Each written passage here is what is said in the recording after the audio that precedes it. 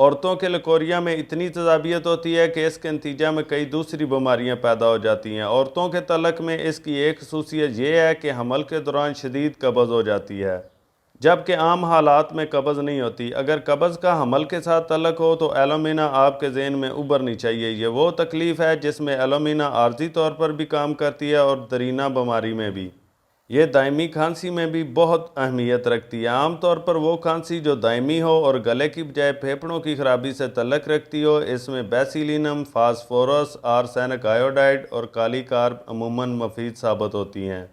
لیکن اگر مزاجی علامتیں ایلومینا کی ہوں تو صرف ایلومینا سے ہی مستقل فائدہ ہو سکتا ہے۔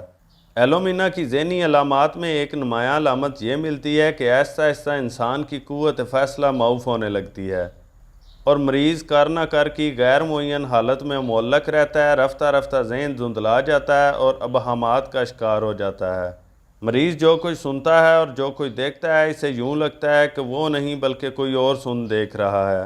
بعض دفعہ اسے یوں لگتا ہے کہ اگر وہ کسی اور کے ذہن میں منتقل ہو تو اس کی آنکھوں سے دیکھ سکے گا۔ رفتہ رفتہ بڑھتے چلے جانے والا یہ رجحان آخر ایسے مریض کو پاگل کر دیتا ہے، مگر وہ دوسروں کے لیے خطرناک نہیں ہوتا بلکہ فکر و نظر کی صلاحیتوں سے عاری ہو کر اپنی ذات میں کھو جاتا ہے۔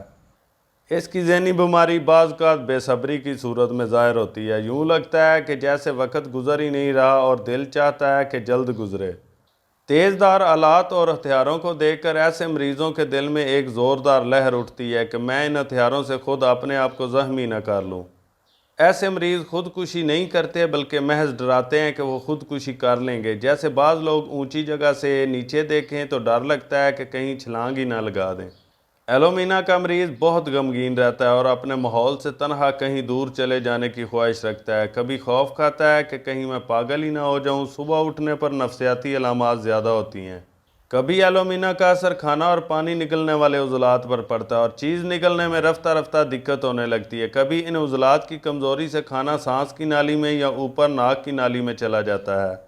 فالجی اثر بعض اوقات مثانے پر پڑتا ہے اور مکھد پر بھی۔ پیشاب پوری طرح خارج کرنے کے لیے بھی اور فضلہ نکالنے کے لیے بھی مسلسل زور لگانا پڑتا ہے۔ فضلہ نرم بھی ہو تو زور لگائے بغیر نہیں نکلتا۔ پیشاب کی علامتیں پراسٹیٹ گلینڈ بڑھ جانے کی علامات سے ملتی جلتی ہیں۔ بسا اوقات اجابت کی شکل بکری کی مینگنوں یا اونٹ اور گھوڑے کی لیز سے ملتی ہے، یعنی چھوٹی چھوٹی یا بڑی بڑی گٹھلیوں کے ایک دوسرے کے ساتھ چپکنے سے جو فضلہ بنتا ہے، کبھی پتلا اور کبھی موٹا ہوتا ہے اور خارج ہوتے وقت تکلیف دیتا ہے۔ گریفائٹس اور پلمبم کے مریضوں میں بھی فضلہ کی ایسی ہی علامات پائی جاتی ہیں۔ کبھی فالج کی بنا پر بغیر محسوس ہوئے پیشاب قطرہ قطرہ نکلتا رہتا ہے اور عضلات میں سکت نہیں ہوتی کہ اسے بند کر سکیں۔ یہی علامت فضلے کے بے اختیار تھوڑا تھوڑا نکلتے رہنے کی صورت میں بھی ظاہر ہوتی ہے۔ ایلومینا کے مریض کو چکر بہت آتے ہیں اور چلتے پھرتے سر گھومتا اور توازن بگڑتا رہتا ہے۔ پاؤں سن ہو جانے کا رجحان بھی ملتا ہے اور درد ایک مقام سے سائیکل کے پہیے کے تاروں کی طرح چاروں طرف پھیلتے ہیں۔ یہ سب علامات کسی مریض میں اکٹھی ہو جائیں تو ایلومینا اس کی یقینی دوا بن جائے گی۔ ٹانگوں اور بازوؤں کی متوازن حرکت پر ارادہ کو اختیار نہ رہے اور چلنے میں پاؤں ادھر ادھر پڑیں تو ایلومینا کا لمبا استعمال ضرور فائدہ دیتا ہے۔ نزلاتی اور جلدی علامات بکثرت ملتی ہیں۔ نزلہ ناک میں مستقل اڈا بنا بیٹھتا ہے۔ ناک ہر وقت خشک مواد سے بھرا رہتا ہے جو بسا اوقات لمبے خشک ہوئے چوہوں کی شکل میں ناک کو بھر دیتے ہیں۔ آنکھوں پر نزلہ گرے تو نظر دھندلا دیتا ہے۔ اندرونی جھلیوں یعنی معدے، انتڑیوں اور گردے کی جھلیوں پر لمبے عرصہ تک سوار رہتا ہے۔ جب بھی نزلہ ہو یا سردی لگ جائے سر درد شروع ہو جاتا ہے۔ نزلاتی جھلیوں کی طرح جلد بھی ہر قسم کی بیماریوں کا شکار رہتی ہے، کھجلا کر جگہ جگہ سے موٹی کھال کی طرح ہو جاتی ہے۔ زخم بھی بنتے ہیں اور ناسور بھی۔ سلفر کی طرح بستر کی گرمی سے خارش بہت بڑھ جاتی ہے۔ چہرے پر یوں لگتا ہے جیسے جالا سا تنا گیا ہو یا انڈے کی سفیدی لگانے کے بعد خشک ہو گئی ہو۔ ناک کی چونچ میں کٹاؤ پڑ جاتا ہے۔ آنکھوں پر سوزش اور بعض دفعہ ککرے بن جاتے ہیں۔ ایلومینا کا فالجی اثر فلیکسرز پر بھی پڑتا ہے اور ایکسٹینسرز پر بھی۔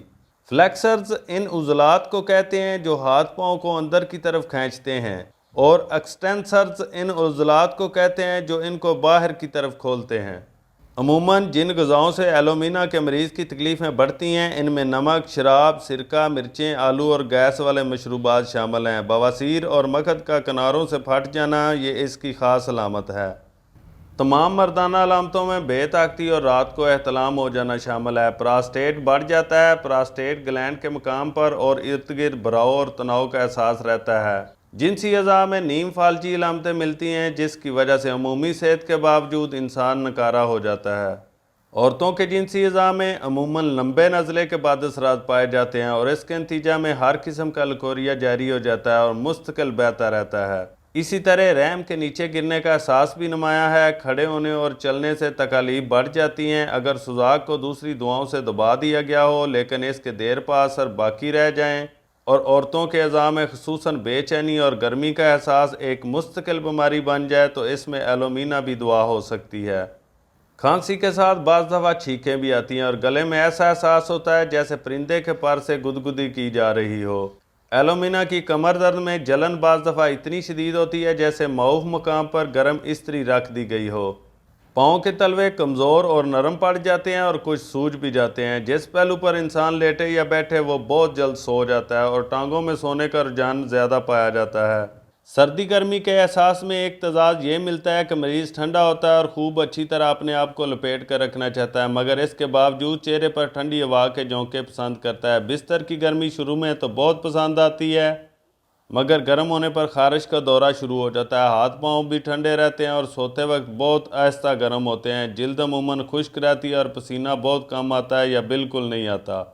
ایلومینا کی مددگار دواؤں میں برایونیا اور دافع اثر دواؤں میں ایپیکاک اور کیمومیلا شامل ہیں۔ اس کو عام طور پر 30 طاقت سے لے کر 1,00,000 طاقت یعنی CM تک استعمال کیا جاتا ہے۔